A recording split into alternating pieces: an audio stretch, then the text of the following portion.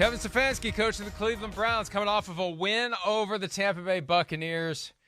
And Deshaun Watson back for the final 6 games. The Browns are 4-7. They are not dead either, although we established earlier in the program how difficult it's going to be for a 4-7 team to climb back into the wild card race with 7 seed currently 7-4 and multiple 6-5 teams. But here's Deshaun Watson. Hasn't played in a regular season game, Chris, since week 17 of the 2020 season.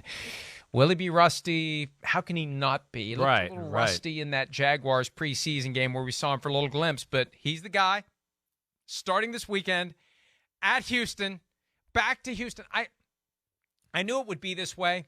It was such a big story in the offseason, but we're into the season now. The Texans don't matter. The Browns barely do. It's not going to be the spectacle that I think we expected it to be. Right. It's still a pretty big deal. Yeah. That he's going back to his first game since he last played for the Texans and then said, I want out of here. And then all this other stuff happened that flows from his own behavior and decisions. Now he's going back to Houston for his first game. It really is amazing that's how it worked out. It is. It's amazing that, his first game back is against the Houston Texans. The whole story is amazing. Like you said, you laid it out the right way, let alone, hey, this was a guy that was a top 5 quarterback in football before all this went down. He was awesome. And now he hasn't played in over, or 2 years basically. And he got a brand new huge contract. They got to play him. They got to get him out there and get him reps to get him ready for next year.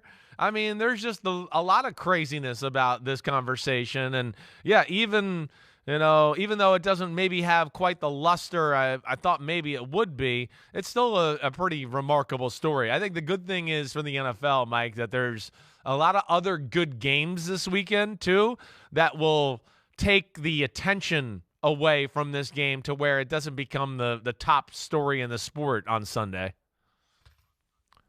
Yeah, I agree with you. And it's going to be caught in that cluster of 7 or 8 games that kick off at 1 o'clock Eastern. It's got minimal playoff relevance to anyone involved. The Texans have just been horrible in recent weeks. They weren't embarrassing to themselves or anyone else for most of the season, but lately it just hasn't been good for the Texans. Right. Ever since they gave the Eagles everything they can handle and came up short, you just kind of get the sense that they're accepting who they are and what they are. And, the Browns should go down there and win that game. And it's going to be fascinating to see what Deshaun Watson can do and what the Browns can do the rest of the season. And remember, there's that theory out there that certain owners wanted Deshaun Watson to be suspended for less than a full year because it forced the Browns to treat 2022 as year 1 of his 5-year contract and not table the entire contract until next year, which is what would have happened if he'd been suspended for a full season. So they wanted him, as the theory goes, out long enough